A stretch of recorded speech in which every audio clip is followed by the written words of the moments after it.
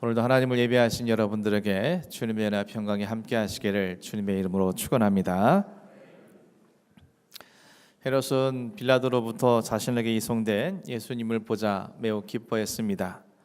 갈릴리의 분봉왕이었던 그는 오랫동안 예수에 대한 소문을 들어왔기에 그에 대한 진실을 알고 싶었으며, 또 갈릴리의 많은 사람들이 예수를 따르기 때문에 정치적으로 잘만 이용한다면 자신의 통치권이 더 공고해질 것이라고 기대했습니다.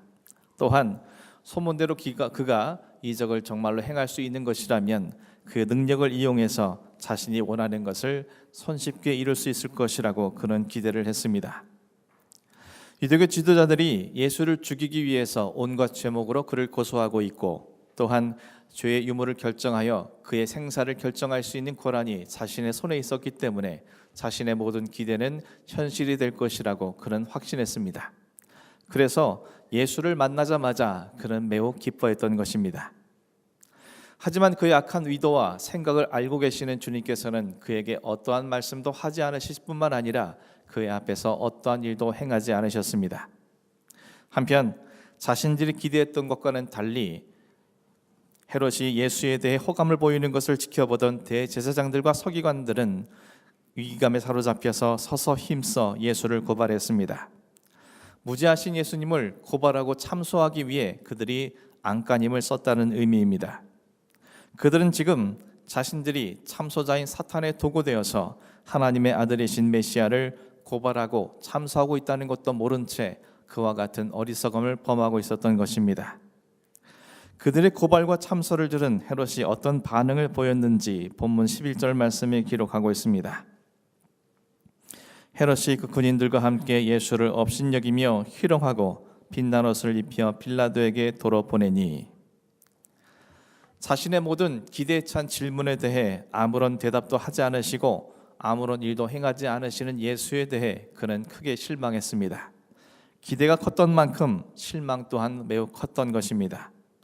더군다나 이 죄수가 자신의 말을 무시하고 대답하기를 거부하는 데다 그의 몰골을 자세히 보니 자신이 기대했던 것과 같이 기적을 이룰 수 있을 만한 위대한 사람과는 거의 무관해 보였기 때문에 헤롯과 그의 군병들은 예수를 업신여기며 희롱하기 시작했습니다. 자신의 목숨이 촌각을 다투는 순간에도 자신의 생명을 좌우할 수 있는 자신의 질문에 대답조차 하지 않는 그의 오만 불선함에 화가 난 헤롯은 자칭 왕이라는 자신의 주장을 조롱하기 위해서 새로 지어져 빛마저 나 보이는 자주색 옷을 입혀서 빌라도에게 되돌려 보냈습니다. 뿐만 아니라 성경은 또 이렇게 증언하고 있습니다. 헤롯과 빌라도가 전에는 원수였으나 당일에 서로 친구가 되니라. 성경은 빌라도와 헤롯이 전에는 원수였다가 당일에는 친구가 되었다라고 기록합니다. 본문 속 헤롯 안디바는 기원전 4년부터 주후 39년까지 갈릴리와 베레와 지역을 다스리던 분봉왕이었습니다. 빌라도는 주 26년에 로마에서 직접 파견되어서 주후 36년까지 유대와 사마리아를 다스리던 총독이었습니다. 이들이 전에 원수지간이었던 이유에 대해서 성경은 정확하게 밝히고 있지 않지만 그들은 팔레스타인 지역의 같은 지역을 다스리는 왕들이었기 때문에 정치적 권력과 주도권을 쥐기 위해서 서로 긴장과 갈등의 관계에 있었을 것임을 우리는 유추할 수 있습니다. 또한 둘 다 로마 황제로부터 임명을 받아서 이곳에 파송된 자들이기 때문에 로마 황제의 신임을 받기 위해서 서로를 향해 질시하고 경쟁하는 관계였을 것임을 유추할 수 있습니다. 하지만 두 사람은 예수님의 재판을 계기로 친구가 되었습니다. 헤롯의 입장에서는 빌라도가 어떤 의도를 갖고 있었든지 간에 갈릴리에 속한 사람을 자신에게 보내어서 재판하게 했다라는 것은 빌라도가 갈릴리에서의 자신의 통치권과 권한을 인정했다는 것으로 이해할 수 있으며, 이는 곧 빌라도가 자신의 지위를 위협할 것이라는 자신의 생각을 떨쳐버리는 계기가 될 수 있었습니다. 그리고 두 사람 모두 이러지도 저러지도 못하는 골치 아픈 예수의 재판이라는 이 난처한 상황을 어떻게 해서든지 처리해야 할지만 어떠한 묘안도 갖고 있지 못했기 때문에 공동의 문제를 안고 있는 둘은 동료의식을 가졌을 것입니다. 하지만 이들이 친구가 되었다는 것은 우리가 흔히 알고 있는 것처럼 진실된 우정으로 맺어진 친구의 의미가 아니라 아직 서로가 긴장과 갈등의 상황인 것은 변함이 없지만 같은 문제에 있어서 마음이 일시적으로 통하여 어쩔 수 없이 협조 관계가 되었다는 것으로 이해할 수 있습니다. 그렇게 하는 것이 자신들에게 더 큰 유익을 줄 것이라는 판단 속에 그들은 원수였음에도 불구하고 주저하지 않고 친구가 된 것입니다. 사랑하는 성도 여러분, 어제의 원수였던 빌라도와 헤롯이 자신들의 정치적 목적과 이기적인 사익을 위해서 서로 친구가 되었습니다. 무엇보다 하나님의 아들 메시아이신 예수 그리스도께서 무지하신 분이라는 것을 알았음에도 불구하고 그들은 정의와 진리로 재판하지 아니하고 어떻게 하면 자신들에게 보다 이익이 될 것인가를 계산하면서 서로가 정보를 공유하며 어떻게 하면 자신들에게 보다 이익이 될 것인가 그들은 생각하기 시작했습니다. 그리고 결국에는 유대교 지도자들이 요구하는 대로 승복하여서 예수님을 십자가에 못 박도록 판결해 버렸습니다.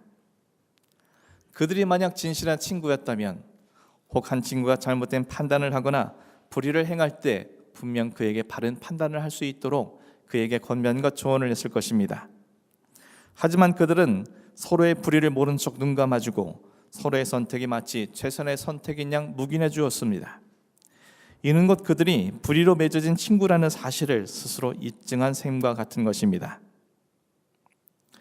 빌라도와 헤롯이 불의를 참고 친구가 되어짐으로 인해 그들에게 주어진 결과가 무엇입니까? 그들이 생각했던 것처럼 자신들의 정치적 목적과 자신들이 원하는 이익을 안겨다주는 그런 결과가 주어졌습니까? 결코 그렇지 않습니다. 빌라도는 우리가 잘 아는 바와 같이 주님이 오시는 그날까지 무지하신 예수 그리스도를 십자가에 못 박아버린 불의하고 또한 불명예스러운 인물의 대명사로 회자되고 있습니다. 지금까지도 수많은 사람들의 입술을 통해서 그의 이름이 불려지고 있으며 그로 인해서 그의 어리석고 불의한 모습들을 수많은 사람들을 통해서 회자되고 있는 것입니다. 또한 헤롯 안디바는 예수께서 처형되신 이후 주 39년에 정치적 암투 속에서 로마 황제의 반란에 참여했다는 이유로 그는 아내 헤로디와 더불어서 귀양을 가게 되었고 그곳에서 비참한 죽음을 당했다라고 전해지고 있는 것입니다. 결국 불의를 추구하고 불의로 관계가 맺어진 두 친구는 모두가 비참한 결말을 맞고 말았음을 역사는 우리에게 증명해주고 있습니다. 사랑하는 성도 여러분, 어제의 원수였다가 오늘에는 친구가 되어진 빌라도와 헤롯의 모습, 우리가 너무나도 익숙하게 보아왔던 모습 아닙니까? 우리가 살아가는 세상 속에서는 어제의 영원한 원수도 영원한 동지도 없는 시대 상황 속에 살아가고 있는 현실입니다. 자식의 이익을 위해서라면 누구와도 선수가 되기도 하고 누구와도 친구가 될 수 있는 것이 오늘날의 세태인 것입니다. 이러한 시대 상황과 세태 속에서 정말 우리가 누구와 친구가 되어줘야 하고 누구와 바른 관계를 맺고 살아가야 되겠습니까? 먼저는 두말할 것도 없이 예수 그리스도이셔야 합니다. 하지만 예수님께서 우리의 친구가 되어진 것은 내가 예수님을 나의 친구로 선택했기 때문에 주어진 결과가 아니라 주님께서 우리를 당신의 친구 삼아 주셨기 때문에 얻어진 결과입니다. 그래서 요한복음 15장 15절에서 16절은 이렇게 기록하고 있습니다. 이제부터는 너희가 종이라 하지 아니하리니 종은 주인이 하는 것을 알지 못함이라. 너희를 친구라 하였노니 내가 내 아버지께 들은 것을 다 너희에게 알게 하였음이라. 너희가 나를 택한 것이 아니요 내가 너희를 택하여 세웠나니 이는 너희로 가서 열매를 맺게 하고 또 너희 열매가 항상 있게 하여 내 이름으로 아버지께 무엇을 구하든지 다 받게 하려 함이라. 본래 주님의 종이었던 우리를 주님께서 택하여 세우심으로 당신의 친구라고 불러주셨습니다. 도저히 주님의 친구 될 수 없는 우리들이지만 주님은 그런 우리와 친구가 되시기 위해서 이 땅에 우리와 동등된 육체를 입으시고 내려오셨습니다. 그리고 우리가 당신의 친구로서 살아갈 수 있도록 십자가의 죽으심으로 우리의 죄를 대속해 주셨고 그런 우리와 영원한 친구가 되어주시기 위해서 부활 승천하셨음을 성경은 증언해 주고 있습니다. 종이었던 우리가 주님께서 우리를 친구로 삼아주셨다는 것이 얼마나 큰 은혜인지 여러분은 깊이 깨닫고 있습니까? 뿐만 아닙니다. 우리와 친구를 맺어주신 주님께서는 우리와 동거하며 하나님 아버지께로부터 들은 모든 사실들을 우리에게 가르치셨습니다. 하나님 나라의 비밀이 무엇인지, 이 땅에서 구원과 영생을 얻을 수 있는 길이 어떤 것인지, 어떻게 살아가는 것이 참된 인생인지 우리의 모든 삶을 아우르는 진리를 우리에게 친히 가르쳐 주셨습니다. 또한 주님의 친구 삼아주신 우리로 하여금 어디로 가든 그곳에서 풍성한 열매를 맺을 수 있도록 당신의 이름으로 무엇이든 아버지께 구하여 받게 하셨음을 성경은 우리에게 말씀해 주고 있습니다. 사랑하는 성도 여러분, 예수님께서 여러분을 당신의 친구로 삼아주신 그 은혜가 얼마나 깊고 얼마나 놀라운 사랑인지 여러분 가슴속 깊이 깨달아지기를 간절히 축원합니다. 세상 속에 나의 친구라 불려지는 수많은 사람들이 있지만 그들 가운데 얼마의 사람들이 여러분의 진실한 친구라 여겨지십니까? 아무런 조건도 없이 목적도 없이 사랑과 우정을 순수하게 전해주며 진실과 정의로 관계 맺어진 진정한 의미의 친구가 여러분에겐 얼마나 있다고 생각되십니까? 아무리 피를 나눈 형제보다 나와 더 가까운 사이라고 여겨졌던 친구라 할지라도 시간의 흐름 속에서 점점 그 관계가 소원해진다는 것을 우리는 잘 알고 있지 않습니까? 아무리 세상에서 가장 나를 잘 알고 이해할 것만 같은 친구라 할지라도 결국엔 자신의 생각대로 나를 판단하고 이해하며 결국 나의 마음에 가장 상처를 주는 것은 가장 친한 친구였음을 우리는 경험한 바가 있지 않습니까? 내가 정말 도움이 필요할 때 열일을 마다하고 나에게 도움을 줄 것이라 믿었던 친구였지만 결국 그 친구의 도움은 자신을 넘어선 온전한 희생적인 사랑이 아니라 도움이 아니라 또한 그의 어떤 도움도 나에겐 진정한 의미의 도움이 될 수 없음을 우리는 살아가면서 깨닫지 않았습니까? 세상에 그 누구도 나의 편이 되어주지 않아도 그 친구만은 나의 편이 되어줄 것이라고 확신했지만 결정적인 순간엔 나의 믿음과 신의를 한순간에 저버릴 수 있다는 사실을 우리의 삶을 통해서 우리는 알게 되지 않았습니까?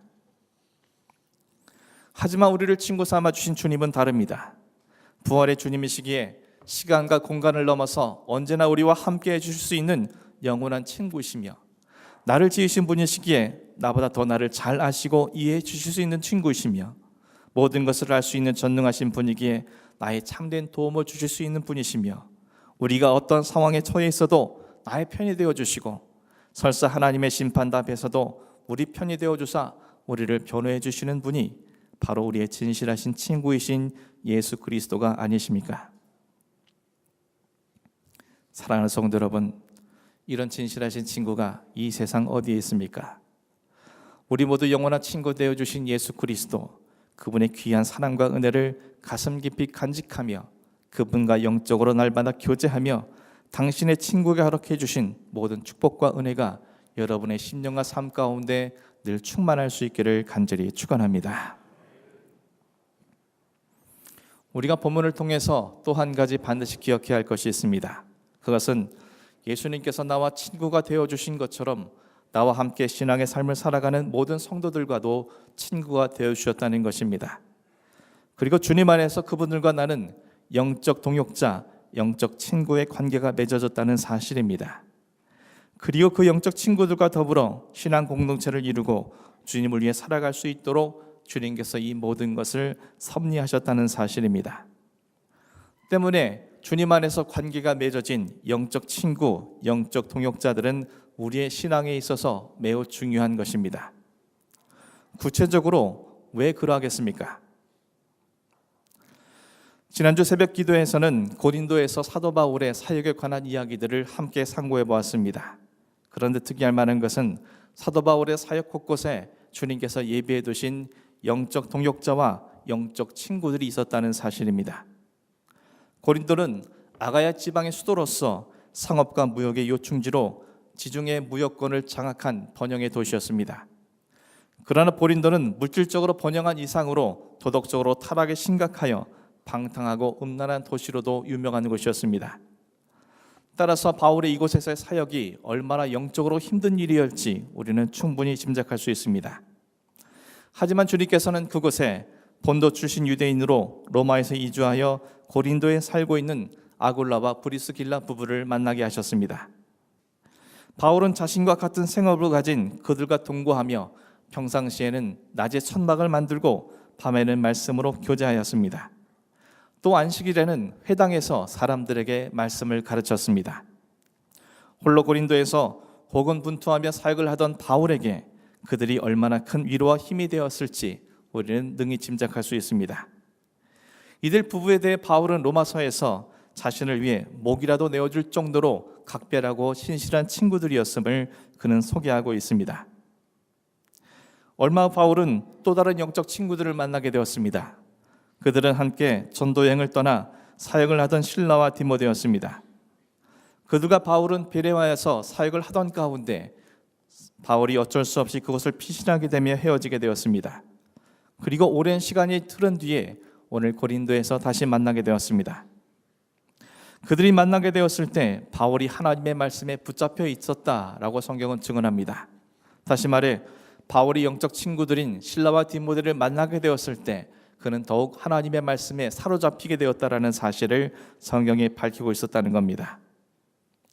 그들은 비록 몸은 헤어져 있었지만 생명을 걸고 함께 동고동락하며 사역을 하던 서로를 위해서 떨어져 있는 그 순간에도 더욱 중보하게 되었을 것이고, 그런 그들이 다시 얼굴을 대면하게 되었을 때 말로 형언하기 힘든 안도와 큰 기쁨이 그들에게 임하게 되었을 겁니다. 자신들의 중보 기도에 응답해 주시고 각자의 자리에서 주어진 사역들을 잘 감당할 수 있도록 역사해 주신 주님으로 인해서 그들은 다시금 힘을 내어 주님의 말씀에 더욱 사로잡히게 되었음을 성경은 밝혀주고 있는 것입니다. 이후에도 사도 바울은 유대인들로 인해서 조직적으로 대적과 비방을 받아 매우 힘든 사역을 감당하고 있었습니다. 그럴 때 주님은 이번엔 이방인인 디도 유스도라는 사람을 영적 친구로 만나게 하셨습니다. 그는 바울 일행을 자신의 집으로 맞아주었고, 그런 그의 집을 거점으로 바울은 더욱 힘을 내어서 맡겨진 사역에 매진할 수 있었고, 이를 시작으로 회당장 그리스보와 그의 온 가족들이 그리고 수많은 고린도 사람들이 예수님을 영접하고 세례를 받는 놀라운 역사가 일어나게 되었음을 성경은 증언하고 있습니다. 그리고 그의 집이 고린도 교회가 되었다라는 사실을 성경은 밝혀주고 있습니다. 이처럼 사도 바울에게 많은 영적 친구들이 있었기 때문에 그곳에서의 1년 6개월 동안의 복음 사역을 그는 온전히 감당할 수 있었고, 그런 그들의 도움 속에서 그는 우리가 아는 바 위대한 사도 바울이 될 수 있었음을 성경은 우리에게 가르쳐주고 있습니다. 사랑하는 성도 여러분, 우리에게는 세상에 많은 친구들도 필요하지만 무엇보다 주님 안에서 교제하는 영적 친구들이 필요하다라는 사실을 여러분이 깊이 깨달을 수 있기를 간절히 소원합니다. 나와 함께 말씀과 은혜로 교제를 나누고 나와 함께 주를 위해 사역을 하며 나를 위해 중보해주고 나를 위해 자신의 삶을 나누어주며 나에게 역사하신 하나님의 은혜를 함께 나눠줄 수 있는 그러한 영적 친구들이 있을 때 우리는 비로소 진정한 그리스도인으로 살아갈 수 있게 되며, 더 나아가서 그런 그들과 더불어서 함께 신앙의 삶을 영위해 나갈 때 비로소 우리가 속한 교회는 진정한 신앙 공동체로서 우리에게 맡겨진 사역을 온전히 감당하는 교회다운 교회가 되어줄 수 있음을 말씀은 우리에게 교훈해주고 있습니다. 하지만 이를 위해서 내가 먼저 그들에게 영적 친구가 되어주기 위해 헌신해야만 합니다. 그래서 주님은 당신이 우리의 친구 되어주심을 말씀하시기 전에 그들에게 이렇게 말씀하셨습니다. 요한복음 15장 12절에서 14절 말씀입니다. 내 계명은 곧 내가 너희를 사랑한 것 같이 너희도 서로 사랑하라는 이것이니라.